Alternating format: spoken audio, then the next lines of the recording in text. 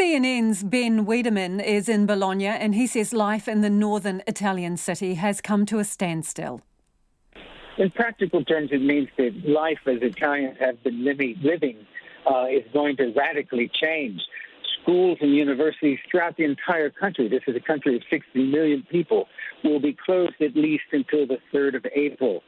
Public gatherings will be banned. All sporting events, both private and public, banned. Any sort of travel between cities, between provinces, will only be allowed under extenuating circumstances. What we heard from the Italian Prime Minister, Giuseppe Conte, is that if you can, please just stay at home to try to avoid spreading this virus. So what about work? Are people allowed to travel to and from work?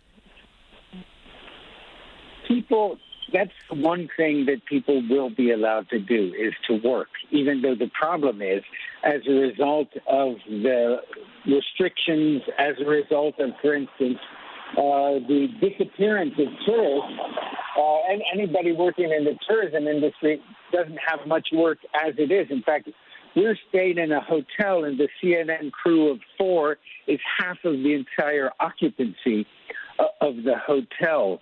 Restaurants, you don't have to make a booking because they're mostly empty. So people can work, but there isn't necessarily much work to be done at the moment in many sectors of the economy. So what are tourists doing then? Are they supposed to just be locked down in their hotels? Well, there just aren't many tourists left.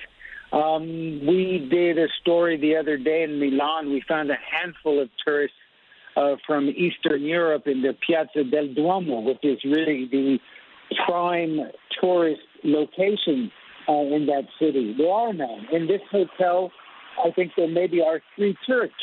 Italy is a lovely country. You don't necessarily have to go to the Colosseum, the Forum, to enjoy its charms, but people can go out. Restaurants, at least until today, are open in the evening. Bars are open. Of course, the new regulations, if they are applied the way they are in those areas where the bans were previously in place, restaurants can only be open until 6 p.m. And, of course, most people in Italy eat around 8 p.m. So, yes, the few tourists left here may not have an awful lot to do in terms of where they go and what they can see, but they can still walk down the lovely streets of Bologna, Firenze, Rome, and other places, but you just can't go in museums and most major tourist sites.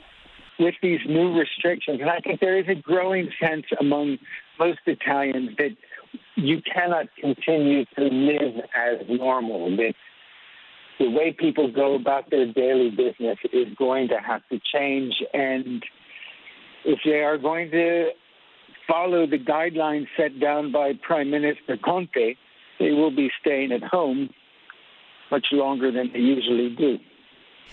So, is there any indication why Italy has been hit so hard by this virus? Well, that's the question everybody's asking, and no one's come up with a clear answer. Now, Italy has a very large elderly population, and the elderly are the most vulnerable. According to government statistics, the average age of those who have died from coronavirus is just over 80. And therefore, that's one explanation, the very large elderly population. But in terms of sort of the spread and the numbers, nobody has really come up with a really solid explanation as to why it is spread so far and so, in terms of numbers, so many in such a brief period. I can tell you, when I arrived in Italy 15 days ago, the number of cases was 322 and 10 deaths. Today, what we heard from the Civil Protection Agency is that the number of cases, recorded cases in this country is 9,172 and 460 deaths.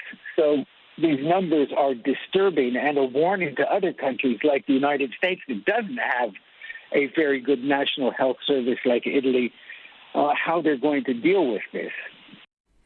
And that's CNN's Ben Wederman in Bologna, and apologies for the slightly ropey telephone line there.